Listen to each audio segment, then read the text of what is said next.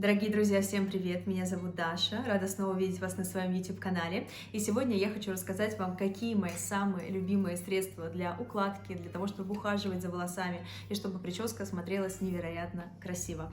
Вы знаете, что у меня есть прекрасный стайлер от Dyson, у меня есть отдельный обзор, я показываю, как я делаю укладку, и я решила, что стоит рассказать о том, какими средствами я пользуюсь. Поэтому, пожалуйста, если видео вам интересно, оставайтесь, подписывайтесь на канал и погнали!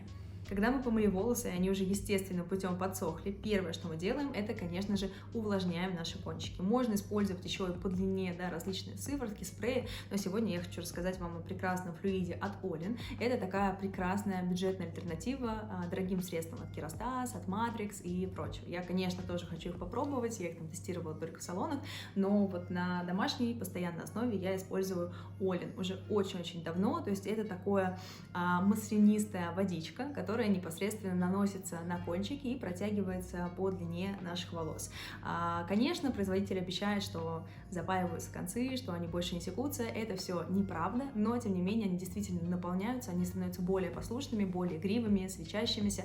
Мне очень нравится это средство, и его хватает очень-очень надолго. То есть буквально 2-3 дозатора, таких 2-3 нажима хватает на одну сторону моих волос, потом опять 2-3 раза я нажимаю и на вторую сторону волос. То есть мы наносим его вот такими пожамкивающими движениями и вот протягиваем по всей длине, как я вам говорила. Здесь, конечно, может любой флюид, любое масло подойти, которое вы любите использовать, но вот Olin очень хороший бюджетный аналог, который прям на века со мной уже очень-очень давно.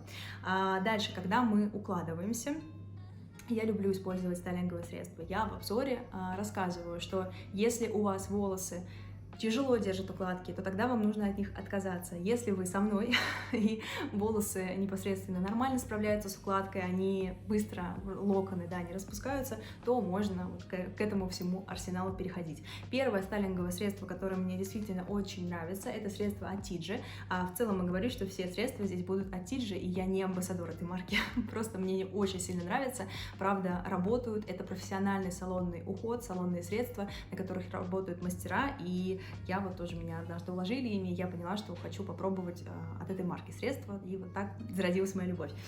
Первое средство это Bad Head TIGI After Party, и это такой стайлинговый мусс, он очень кремовый, кремообразный, такой вот прям приятный такой липкой консистенции, но тем не менее он практически не ощущается на ваших волосах. То есть я обычно надавливаю, надавливающими движениями, так пару мазков, и потом тоже все это аккуратно распределяю. Если масло, оно подсыхает и практически незаметно, то с этим спреем от TIGI нужно все-таки быть поосторожнее, тут кремообразная такая текстура гелевая, и если прям очень много взять, то не то чтобы ваши волосы будут слишком утяжеленные, но будет сложнее их укладывать, потому что они будут более, что ли, такие мягкие, светящиеся и будут очень сильно выделяться. То есть здесь нужно прям совсем чуть-чуть. Мы протягиваем тоже, вот тут уже скорее по длине волос, не наносим это на кончики, то есть по длине, и особое внимание, конечно же, мы уделяем нашей макушке, потому что сейчас вы видите, несмотря на то, что я все это укладывала, у меня волосы вот просто невероятно электризуются, и именно это средство, оно помогает пушок убрать. Давайте я сейчас даже покажу, как все это выглядит и какими вообще движениями мы все это наносим. То есть это вот такой гелеобразный крем, я не знаю, он очень-очень сильно наполнен, полезными веществами. Отдушка просто потрясающая, все средства от TIGI, они пахнут очень-очень приятно.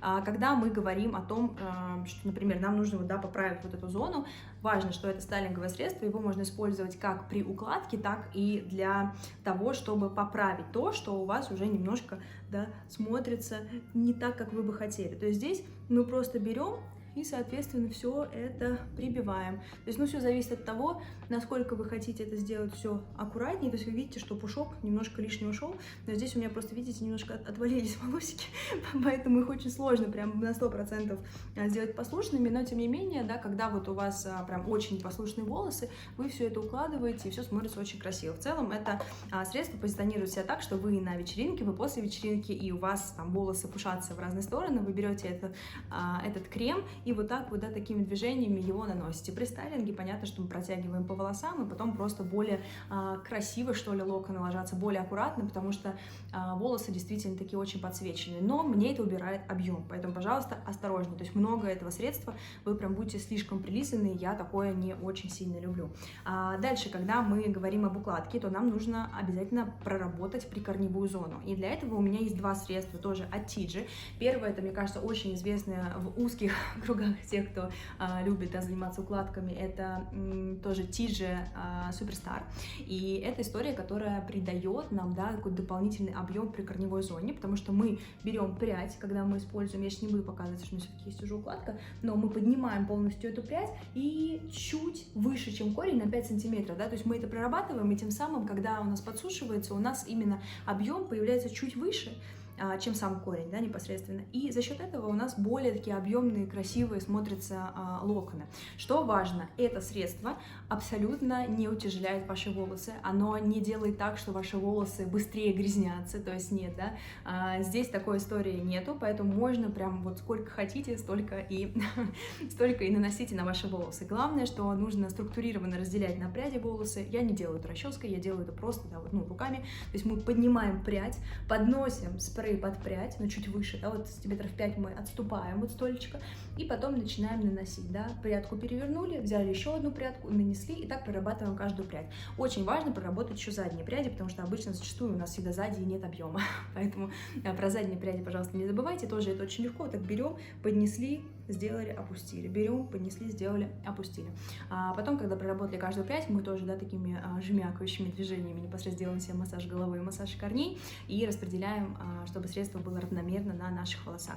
И второе средство, которое я также купила, я хотела протестировать, которое мне больше нравится, но я использую их оба, но если бы я выбирала, наверное, бы я вот это выбрала, потому что оно как-то мне больше нравится и больше действительно поднимает прикорневую зону. Здесь уже у нас спрей-пенка, но это не та пенка, чтобы делать кудри, да, вот знаете, когда вот такие прям пены-пены. Здесь, то есть, он тоже, вот он распыляется, но это больше такая пенообразная текстура, и пахнет тоже, ну, невероятно, все это очень сладко пахнет, очень деликатно, как будто ты действительно духи наносишь, поэтому я люблю, потому что обычно, когда, знаете, вот раньше, например, наши мамы или там наши сестры, когда укладывались, все пахло вот этим лаком, я не знаю, спиртом, вот все это так неприятно, химозно, здесь запахи просто невероятные, когда я укладываюсь, конечно, все просто благоухает у нас дома, поэтому мне очень-очень-очень нравится. Здесь спрей-мусс, и он у нас вот действительно такой кремообразный, и в этом, наверное, его главный минус, что с ним можно переборщить, то есть здесь мы наносим аккуратно, и стараемся все-таки слишком много не прорабатывать одну и ту же зону.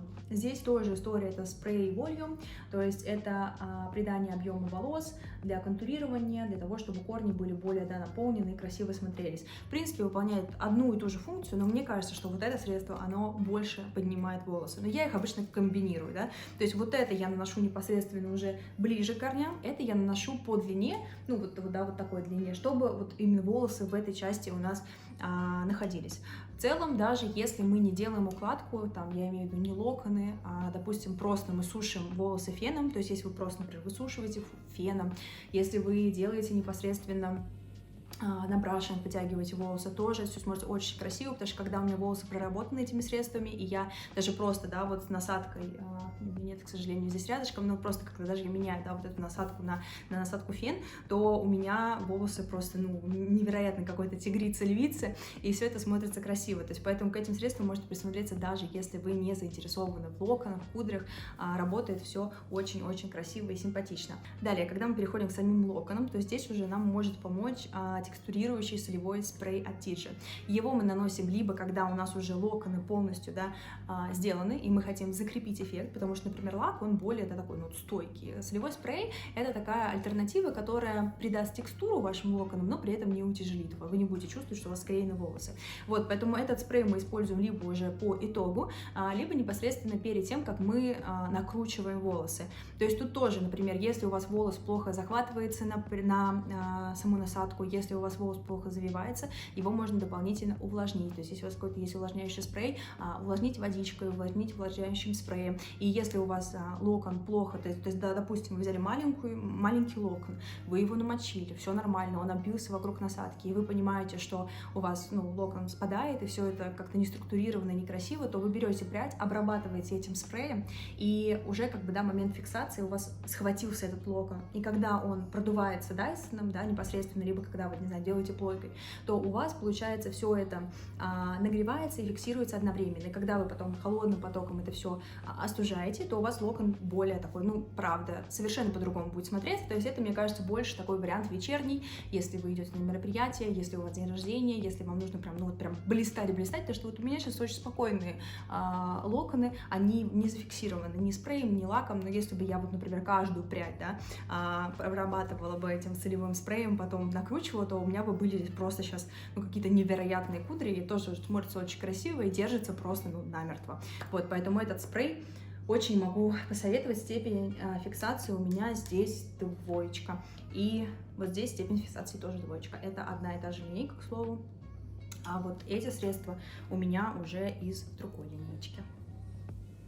И завершающий акцент, когда вы сделали ваши прекрасные локоны, как я уже сказала, на стайлер Dyson, если у вас натуральные волосы, будет держаться тяжеловато. Если у вас волосы окрашенные, высветленные, все будет прекрасно держаться и без фиксации. Но если вы переживаете или если вам нужен результат надолго, вы хотите завтра еще походить с этой укладкой, быть уверенным, что будет все очень красиво и натурально смотреться, то я советую вам вот к такому лаку присмотреться. Это будет, честно говоря, подарок, какая-то миниатюра, но громадная, потому что обычно миниатюры бывают маленькие, но здесь 100 мл мне так щедро одарили, когда я заказывала Тиджи. И это у нас лак для суперсильной фиксации. Она реально суперсильная. По запаху очень-очень деликатно, за что просто огромное-огромное спасибо, потому что здесь просматривается в целом, эта история со сладкими запахами, цветочными запахами, которые такие шлейфом остаются после того, как вы ухаживаете за своими волосами с маркой Тиджи.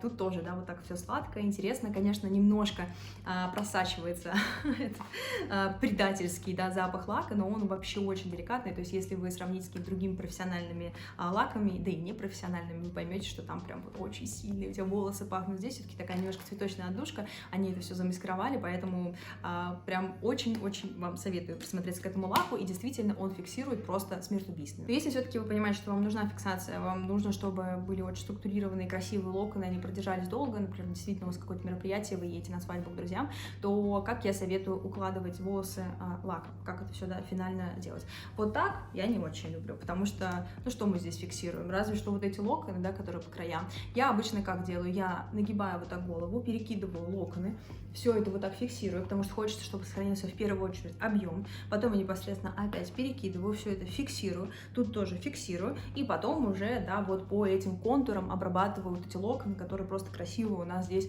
лежат, потому что в первую очередь, конечно, мне кажется, хочется сохранить какую-то объемную историю. Ну что, друзья, это были все средства, которые я использую, чтобы уложить волосы. Конечно, дело случая, иногда я не пользуюсь фиксирующими средствами, иногда я не пользуюсь стайлинговыми средствами, все зависит от того, сколько у меня времени, какое у меня настроение и какого эффекта я хочу достичь. Спасибо огромное, что смотрели это видео до конца. Напишите, пожалуйста, какие ваши любимые марки стайлинга, уходовых средств для волос, потому что, мне кажется, это будет очень интересно. Если у вас что-то из того, о чем я сегодня вам рассказывала, нравится ли вам, спасибо еще раз, что смотрели видео до конца. Надеюсь, что вы подписались, нажали колокольчик, написали комментарий, все сделали то, что я традиционно от вас прошу. Спасибо вам еще раз огромное, и до новых встреч, скоро увидимся.